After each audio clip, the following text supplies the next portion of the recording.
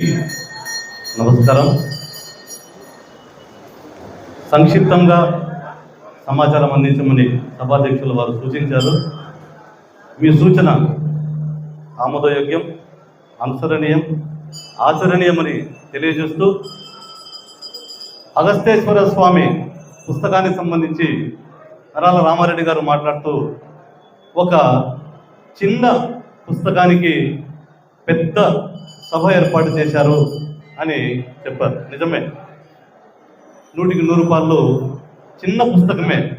అయితే ఈ పుస్తకానికి నేనైతే ఏమని పేరు పెట్టేవారినంటే, మనకు తెలియని మగన అగస్తేశ్వర స్వామి ఆలయం అని పేరు పెట్టేవారిని. మనకు తెలియని మన అగస్తేశ్వర స్వామి ఆలయం. ఎందుకు ఆ మాట అంటున్నానంటే, పుస్తకాన్ని ఆవిష్కరించిన తర్వాత పుస్తకంలో ఏముంది అనేటువంటి విషయాన్ని చెప్పడం అనేది ఆనవాయితీ. అయితే పుస్తకంలో ఏముంది అనేటువంటి విషయాన్ని చెప్పిన తర్వాత పుస్తకాన్ని ఆవిష్కరించే కొత్త సంప్రదాయాన్ని ప్రారంభించాలనుకున్నాం. ఎందుకంటే పుస్తకావిష్కరణ తర్వాత సభ అయిపోయిందని వెళ్ళిపోయే వాళ్ళు చాలామంది ఉంటారు. అందువల్ల పుస్తకంలో ఏముందో తెలిసిన తర్వాత అందరినీ ఇంటికి పంపించడం అనేది ఒక మంచి సాంప్రదాయంగా భావించి నేనే ఆవిష్కరణ కంటే ముందు సమీక్ష పెట్టండి అని సూచించాను. మరి అగస్తేశ్వర స్వామి ఆలయానికి సంబంధించినటువంటి ఈ పుస్తకాన్ని రచించినటువంటి రచయిత పేరు డాక్టర్ ఐఎల్ఎన్ చంద్రశేఖరరావు గారు. వీరు పెళ్లిమర్రి ప్రభుత్వ డిగ్రీ కాలేజీలో హిస్టరీ లెక్చరర్గా పనిచేస్తున్నారు. తెలుగు ఎంఏ పూర్తి చేశారు, చరిత్రలో కూడా ఎంఏ పూర్తి చేశారు. చరిత్ర మీద ఉన్న మక్కువతో ఆయన చరిత్ర అధ్యాపకుడు అయ్యారు. ఆంధ్రభూమి, ఆంధ్రపత్రిక, ఆంధ్రప్రభ ఇలాంటి, సాక్షి, ఈనాడు లాంటి అనేక పత్రికల్లో ఇప్పటి వరకు ఆధ్యాత్మిక రంగానికి సంబంధించి 6,000కు పైగా వ్యాసాలు రాసినటువంటి రచయిత ఐఎల్ఎన్ చంద్రశేఖరరావు గారు. మీకు ఇంకొక విషయం చెప్పాలి. ఈనాడు దినపత్రికలో ప్రతి ఆదివారం సంపాదకీయం వస్తుంది. వారంలో 6 రోజులు రాసేటువంటి సంపాదకీయం రకరకాల సమకాలీన పరిస్థితుల మీద రాస్తే, ఆదివారం రోజు మాత్రం ఆటవిడుపుగా మన సంస్కృతి, మన సంప్రదాయాలు, మన భాష, దీనికి సంబంధించినటువంటి అంశాలపైన సంపాదకీయం రాస్తారు. ఆ సంపాదకీయం రాసేటువంటి వ్యక్తి ఐఎల్ఎన్ చంద్రశేఖరరావు గారు ఈనాడు. అటువంటి ప్రత్యేకత కలిగినటువంటి ఒక రచయిత ఐఎల్ఎన్ చంద్రశేఖరరావు గారు. వీరు 6,000కు పైగా వ్యాసాలు రాశారన్నాను. అలాగే ఇంతవరకు ఇలాంటి ఆధ్యాత్మిక క్షేత్రాలకు సంబంధించి, అది శ్రీశైలం కావచ్చు, తిరుమల తిరుపతి దేవస్థానం కావచ్చు, కోదండరామస్వామి ఆలయం కావచ్చు, ఇంకా రాష్ట్రంలో ఉన్నటువంటి అనేక ప్రముఖ ఆలయాలకు సంబంధించి ఇప్పటి వరకు 33 పుస్తకాలు రాశారు ఐఎల్ఎన్ గారు. ఇది ఈరోజు మనం ఆవిష్కరించుకుంటున్నటువంటి పుస్తకం 34వ పుస్తకం ఇది. మరి 34 పుస్తకాలు రాసినటువంటి ఐఎల్ఎన్ గారు ఈరోజు అగస్తేశ్వర స్వామి ఆలయానికి సంబంధించినటువంటి పుస్తకాన్ని ఇంత ఆలస్యంగా ఎందుకు రాశారు, అసలు ఎందుకు రాయలేదు అనేటువంటి విషయం కొంత ఆసక్తికరంగా ఉంది. ఆ విషయాన్ని ఇక్కడ ప్రస్తావించడం అవసరం అనుకుంటా ఉన్నా నేను. ఎందుకంటే ఐఎల్ఎన్ గారు పుట్టింది పూర్వమిల్లలో. వారి తాతగారి ఊరు ప్రొద్దుటూరు. బాల్యంలో ప్రొద్దుటూరులో 8వ తరగతి వరకు మన అనిపిసెట్ మున్సిపల్ హై స్కూల్లో చదివారు. ఆ క్రమంలో అప్పుడప్పుడు వారి తాతగారి వెంట, అవ్వగారి వెంట మన అగస్తేశ్వర స్వామి ఆలయాన్ని సందర్శించేవాళ్ళు, స్వామిని దర్శించుకునేవాళ్ళు. అలా అగస్తేశ్వర స్వామి ఆలయంలో వాళ్ళు అడుగుపెట్టారు. ఆ తర్వాత విద్యాభ్యాసము, ఉద్యోగరీత్యా బయటికి వెళ్ళిపోయారు. మళ్ళీ ప్రొద్దుటూరులో ఎప్పుడు అడుగు పెట్టారంటే 2022వ సంవత్సరం మార్చి నెలలో వచ్చినటువంటి ఉగాది పర్వదినం సందర్భంగా మన కొనిరెడ్డి ఫౌండేషన్ ఆధ్వర్యంలో ఆ రోజు జిల్లాలో ఉన్నటువంటి కవులందరినీ పిలిచి సన్మానించే కార్యక్రమం ఏర్పాటు చేశారు. అందులో భాగంగా ఒక రచయితగా, కవిగా గుర్తించి ఐఎల్ఎన్ చంద్రశేఖరరావు గారిని కూడా ఇక్కడ ఈ కార్యక్రమానికి ఆహ్వానించారు. వారు వచ్చి ఇక్కడ సత్కారం అందుకున్నారు.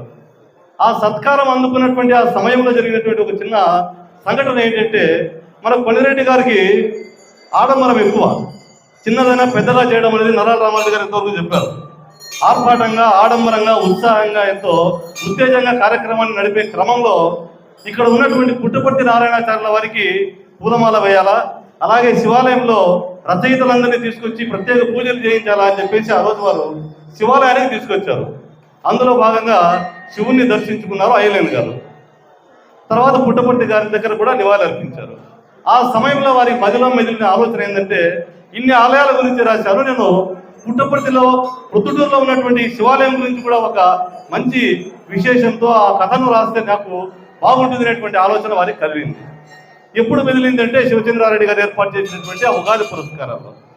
మరి అది కార్యరూపం దాల్చింది ఎప్పుడు అంటే, మళ్ళీ కొనిరెడ్డి ఫౌండేషన్ వారి ఆధ్వర్యంలోనే శివచంద్రారెడ్డి గారు అయ్యలన్ గారు ఈ పుస్తకాన్ని రాశారని తెలుసుకున్న వెంటనే ఆ పుస్తకాన్ని నా కొనిరెడ్డి ఫౌండేషన్ ఆధ్వర్యంలో నేను ఆవిష్కరిస్తానంటూ వారికి అభయం ఇచ్చారు. దానికి పుస్తకానికి అయినటువంటి ఖర్చును వారే భరించి ఆ పుస్తకాన్ని ప్రింట్ చేయించారు. అంటే ఇది అనుకోకుండా జరిగిందో అనుకోని జరిగిందో కానీ ఈ విధంగా కొనిరెడ్డి ఫౌండేషన్ వారితో అది ఆ విధంగా ముడిపడి ఉన్నటువంటి ఒక పుస్తక రచన, పుస్తక ఆవిష్కరణ కార్యక్రమం. అది మన అయ్యలన్ గారు రాసినటువంటి పుస్తక నేపథ్యం. మరి మనందరికీ తెలిసినటువంటి విషయం ఏంటంటే, అగస్త్యేశ్వర స్వామి ఆలయం అంటే అగస్త్యముని ప్రతిష్ఠించినటువంటి శివుడు ఉన్నటువంటి ఆలయం అనేది మనందరికీ తెలుసు. ఇక మన ప్రత్యేకంగా మనం అగస్త్యేశ్వర స్వామి గురించి చెప్పుకోవాల్సిందేముంది, అయిపోయింది.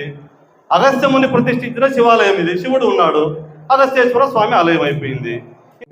కార్తీక మాసంలో అది సోమవారం సాయంకాలం చల్లని వాతావరణంలో మన ఐఎన్ఎల్ చంద్రశేఖర్ గారు అగస్త్యేశ్వర స్వామి గురించి ఒక పుస్తకం రచించడం, అది గౌరవనీయులు పెద్దలు మన శాసనసభ్యులు నంద్యాల వరదరాజరెడ్డి గారి చేతుల మీదుగా కోటిరెడ్డి ఫౌండేషన్ ఆధ్వర్యంలో జరగడం మేము చేసుకున్నటువంటి ఏ జన్మలో పుణ్యమే అని నేను భావించుకుంటూ, పెద్దలు చెప్పారు ఈ అగస్త్యేశ్వర స్వామి దేవాలయం గురించి. వాళ్ళు చెప్పిన దానికి మేము చాలా ఇక్కడ నేను అనుకోకుండా మార్కెట్ యార్డ్లో అందరం కూర్చొని శివాలయం చైర్మన్ అయితే ఎవరైతే బాగుంటుందని చెప్పి అనుకుంటున్నటువంటి తరుణంలో మా మిత్రుడు బాబురావు విలేకరిగా ఉండి తెల్లవారి చూసే పేపర్లో శివాలయం బరిలో శివుడు అని అన్నాడు. దానికోసమే నేను శివాలయం చైర్మన్గా రావడం, అది ఆ శివుని ఆశీస్సులతో ఈ యొక్క దేవాలయాన్ని నా చేతివంతన లేకుండా ఉత్తర దక్షిణ గోపురాలు కట్టించి ప్రతిష్ఠ చేయడం కూడా చాలా అదృష్టంగానే భావిస్తున్నాను. ఇకపోతే ఈ సభకు ఇచ్చేసినటువంటి గౌరవనీయుల పెద్దలు నంద్యాల వరదరాజరెడ్డి గారికి, అలాగే వేదిక మీద ఆశీనులైనటువంటి పెద్దలకు అందరికీ, ఈ పుస్తక రచయిత ఐఎన్ఎల్ చంద్రశేఖరరావు గారికి, రామారెడ్డి గారికి, అందరికీ కూడా పేరు పేరున హృదయపూర్వకంగా ధన్యవాదాలు తెలియజేసుకుంటున్నాను. ఈ శివాలయం ఎంతో పవిత్రమైనటువంటిది. ఎందరో కవులు, కళాకారులు శివతాండవం రచించినటువంటి పుట్టపర్తి నారాయణచార్యులు కూడా మన ప్రొద్దుటూరు వాసి. ఆయన ఎంతో ఈ యొక్క శివతాండవము దేశ విదేశాల్లో కూడా మంచి పేరు ప్రతిష్ట తెచ్చినటువంటిది. ఈ శివాలయ ప్రతిష్ట దశ దిశలా విస్తరింపజేసినటువంటి వారు ఆయన. కావున నాకు ఈ ఫౌండేషన్ ద్వారా, కోటిరెడ్డి ఫౌండేషన్ ద్వారా ఈ చక్కటి అవకాశం, అన్నగారు అడుగుతానే శివాలయం అగస్త్యేశ్వర స్వామి పుస్తకం రాస్తున్నాము, దానికి మీరు ఆర్థిక సాయం చేయాలని, ఆర్థిక సాయమే కాదు ఆయన అడగడం కూడా, అడిగిన వెంటనే నాకు అదృష్టంగానే భావించాను కానీ ఆర్థిక సాయం చేసినప్పుడు కాదు. ఎందుకంటే ఈ శివాలయంలో ఒక కమిటీ చైర్మన్గా ఉండి ఎన్నో మంచి పనులు చేసినానని నేను అనుకుంటున్నాను. దానికి నా చేతుల మీద ఈరోజు ఫౌండేషన్ ద్వారా పెద్దలు గౌరవనీయులు నంద్యాల వరదరాజరెడ్డి గారి చేతుల మీద జరగడం కూడా నేను చాలా సంతోషపడుతున్నాను అని చెప్పి మీ అందరికీ తెలియజేసుకుంటూ, టైం లేదు కావున నాకు ఈ అవకాశం ఇచ్చి పెద్దలు అందరికీ కూడా, ఇక్కడికి వచ్చేసినటువంటి వారి అందరికీ కూడా పేరు పేరున మరోమారు హృదయపూర్వకంగా ధన్యవాదాలు తెలియజేసుకుంటూ, నాకు ఈ అవకాశం ఇచ్చినటువంటి అందరికీ హృదయపూర్వకంగా ధన్యవాదాలు తెలియజేసి సెలవు తీసుకుంటున్నాను. పెద్దలందరికీ నమస్కారాలు. ఈ పుస్తకావిష్కరణకి వచ్చిన మన పొద్దుటూరు ప్రముఖ సోదరులకు కూడా నమస్కారాలు తెలియజేస్తున్నాను. పొద్దుటూరు నడిబొడ్డున మన శివాలయం ఉంది.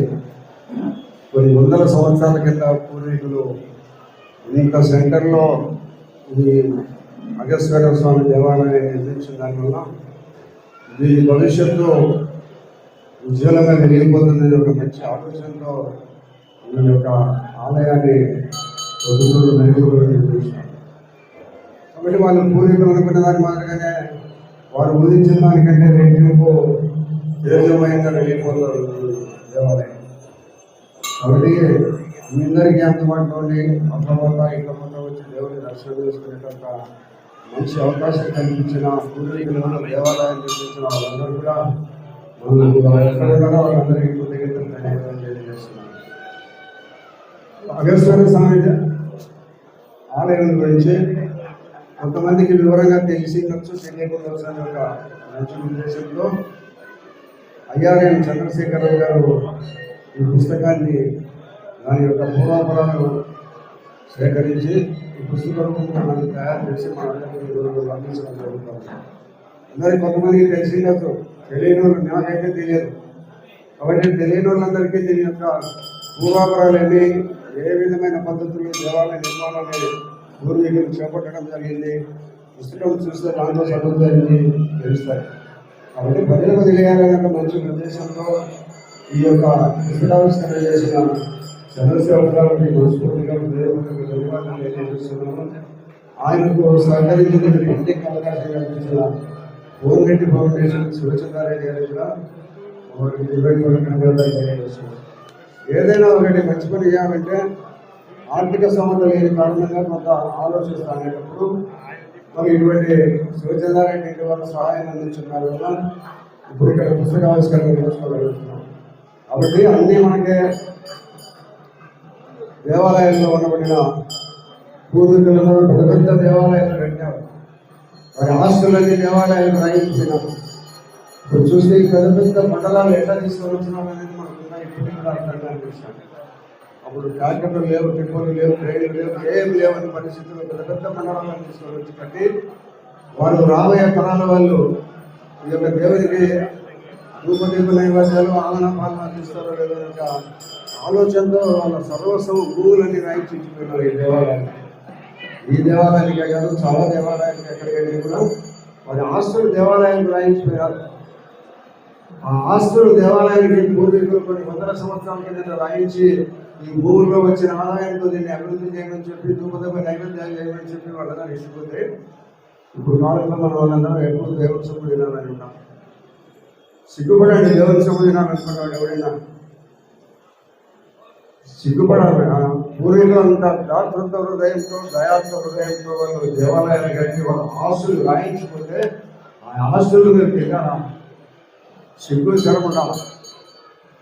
కాబట్టి అటువంటి దేవాలయాలు పూర్వీకులు నిర్మించిపోయినారు. మనకు ఇది కూడా పట్టణం నడిపూరుగా నిర్మించడం జరిగింది. కాబట్టి అన్ని రకాల అయితే ప్రజలకు అందుబాటులో ఉండి వారి దేవుని దర్శించిన వారందరికీ ఎన్ని రకాల మేలు జరుగుతున్నాయో జరిగిన వాళ్ళకి తెలుస్తున్నట్టు. కాబట్టి దీని యొక్క పూర్తి సారాంశాన్ని అగస్త్యేశ్వరుడు ఎక్కడ వచ్చినాడు, ఎట్లా వచ్చినాడు అనే దాని గురించి చంద్రశేఖరరావు గారు ప్రజలకందరికీ తెలియజేసే దానికోసం ఇంకా ఈ పనికి పొందుకున్న దానికి ఆయన మనస్ఫూర్తిగా ధన్యవాదాలు తెలియజేస్తూ తప్పకుండా ఇంకా ఎక్కువ పుస్తకాలు తయారు చేసి మీరు పంపిణీ చేయండి, అందరికీ కూడా తెలుస్తుందని తెలియజేస్తూ అందరికీ నమస్కారాలు తెలియజేసి సెలవు తీసుకుంటాను. నేను పుట్టింది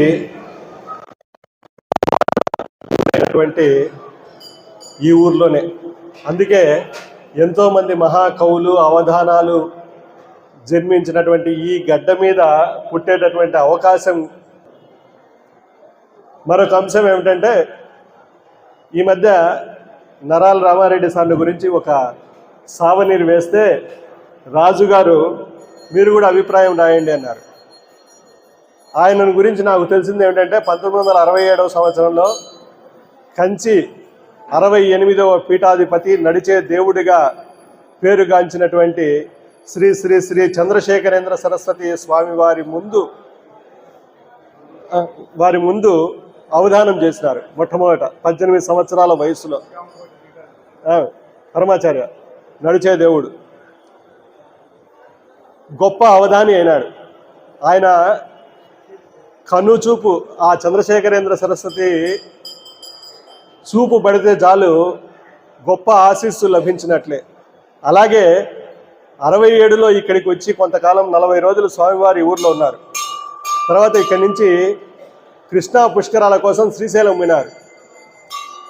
అటువంటి సమయంలో ఎవరో చెప్పినారు మా అమ్మమ్మకు, నీ కూతురికి పెళ్ళి 4 సంవత్సరాలు అయింది కదా, పిల్లలు లేరు, నువ్వు చంద్రశేఖర సరస్వతి స్వామి ఇక్కడ ఉన్నారు, పోయి అడిగింటే ఆశీర్వదించిండు కదా అని అంటే, ఆమె శ్రీశైలంలో ఉన్నాడని తెలుసుకొని శ్రీశైలానికి వెళ్ళి స్వామివారిని ప్రార్థిస్తే, స్వామివారు వచ్చే వైశాఖ మాసంలో నీకు మనవడు పుడతాడమ్మా అని చెప్తే, ఆయన చెప్పినటువంటి ప్రకారమే నేను మరుసటి సంవత్సరం 68లో అమ్మమ్మ ఇంట ప్రొద్దుటూరులో, ఇప్పుడు కూడా ఎప్పుడన్నా వెళ్ళి చూసుకుంటున్నా నేను పుట్టినటువంటి ప్లేస్. ఎందుకంటే 4 రోజులు కష్టపడిన తర్వాతనే నేను ఈ భూమి మీదకి రాగలిగిన. మా అమ్మ, ఎందుకంటే ఆ కాలంలో సిజేరియన్లు అవి లేవు కాబట్టి 4 రోజులు అనేక మంది డాక్టర్లు చూసి డెలివరీ కాక ఇబ్బంది పడినటువంటి తర్వాత ఆ వెదుర్ల బజారులో ఒక ప్రసూతి కేంద్రం ఉంది, అక్కడ నేను పుట్టిన.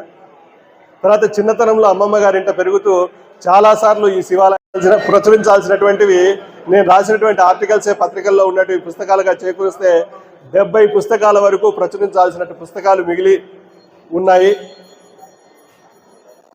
అంతేకాకుండా ఈ ప్రొద్దుటూరును గురించి ఈ గురువారాల్లో ఇప్పుడు కడప ఆకాశవాణి వాళ్ళు క్షేత్ర దర్శనం అనేటటువంటి పేరుతో ఉపన్యాసాలు ఇస్తున్నారు.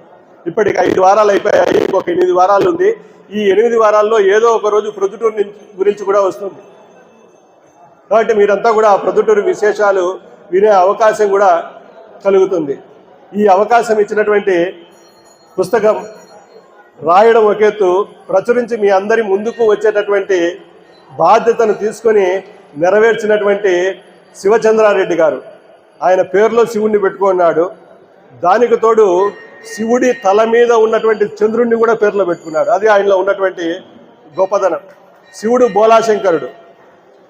నాకు అదే అనిపించింది. ఇంతకుముందు ఇక్కడ దాదాపు 60 మంది కవులు రచయితలను పిలిచి భారీ ఎత్తున సన్మానం చేశారు. బోలాశంకరుడే నిజంగా శివుడి పేరు పెట్టుకున్నటువంటి ఆయన. అలాగే ఇప్పుడు కూడా ఈ పుస్తకాన్ని ఆయన ద్వారానే ప్రచురించి ఆయన ద్వారానే ఆవిష్కరించేటటువంటి అవకాశం కలిగినందుకు ఆయనకు వారి కుటుంబానికి కృతజ్ఞతలు తెలియజేస్తూ, ఆ భగవంతుడి కరుణా కటాక్షాలు ఎల్లవేళలా కూడా ఆయన మీద ప్రసరించాలని నేను భగవంతుడిని ప్రార్థిస్తూ ఉన్నాను. అలాగే ఇంకా ప్రొద్దుటూరులో ప్రాచీనమైనటువంటి ఆలయాలు ఉన్నాయి. రామేశ్వరం రాముడు ప్రతిష్ఠించినాడు, దాని మీద వేలి ముద్రలు కూడా ఉన్నాయని చెప్పుకుంటాం మనం శివలింగం మీద. అలాగే కన్యకా పరమేశ్వరి గుడి, గాంధీ, చంద్రశేఖరేంద్ర సరస్వతి మొదలైనటువంటి వాళ్ళంతా కొంతకాలం ఉన్నటువంటిది. ఆ ఉత్సవాలు జరగడంలో రెండవ మైసూరుగా ప్రసిద్ధి చెందినటువంటి ఆలయం అది ఒకటి. తర్వాత బొల్లవరంలో ఈ మధ్య ఆలయం పునర్నిర్మింపబడింది. కానీ నేను చదువుకునేటటువంటి సమయంలో బొల్లవరం పోతే పక్కన ఒక పుష్కరిణి ఉండేది. పెద్దలు ఏం చెప్పేవాళ్ళంటే, ఆ పుష్కరంలోకి దిగద్దు, అందులో 2 తలల నాగేంద్ర సర్పం ఉంది, జాగ్రత్త అని చెప్పేవాళ్ళు మేము చిన్నతనంలో.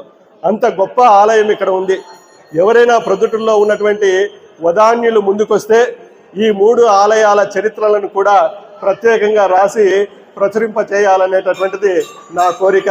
ఆ విషయాన్ని ఇక్కడ సభాముఖంగా వెల్లడి చేస్తూ, ఈరోజు ఈ కార్యక్రమం జరగడానికి వెనక ఉన్నటువంటి వాళ్ళందరూ కూడా, ముఖ్యంగా ఈ పనిని నెత్తినేసుకున్నటువంటి వారు మహబూబ్ బాషా గారు. అంతేకాకుండా పుస్తక సమీక్ష కూడా ఆయనే చేశారు. ఆ పుస్తకంలో ఉన్నటువంటి విషయాలన్నింటినీ మీకు సవివరంగా వివరించినారు. తర్వాత నేను ఏ పుస్తకం రాసినా ఏమిచ్చినా దాన్ని సమగ్రంగా తయారు చేసేటటువంటి వ్యక్తి ఆయన. పర్యాటకం ఆయనకు మరొక పేరు. రాయలసీమ పర్యాటక సంస్థ అనేటటువంటి పేరుతో అనేక కార్యక్రమాలు నిర్వహిస్తున్నటువంటి కొండూరు జనార్దన్ రాజు గారు. వీళ్ళిద్దరూ కూడా ఈ పుస్తకం వెనుక దాగి ఉన్నటువంటి వ్యక్తులు. తర్వాత నేను ఇన్ని రచనలు చేసిన, 7,000కు పైగా ఆర్టికల్స్ రాసిన, 33 పుస్తకాలు, ఇక ఉద్యోగానికి సంబంధించి ఇంటర్మీడియట్, డిగ్రీ, ఎంఏ పుస్తకాలు ఒక 10 టెక్స్ట్ బుక్లు రాసిన. ఇవన్నీ రాయడానికి నాకు చేదోడు వాదోడుగా ఉండి నేను కూర్చొని ఏమి మాట్లాడకుండా ఇంట్లో రాసుకుంటూ ఉన్న ఓపికగా నన్ను భరించేటటువంటి వ్యక్తి నా సహధర్మచారిణి. ఎందుకంటే ప్రతి విజయం వెనుక ఒక స్త్రీ ఉంటుందంటారు.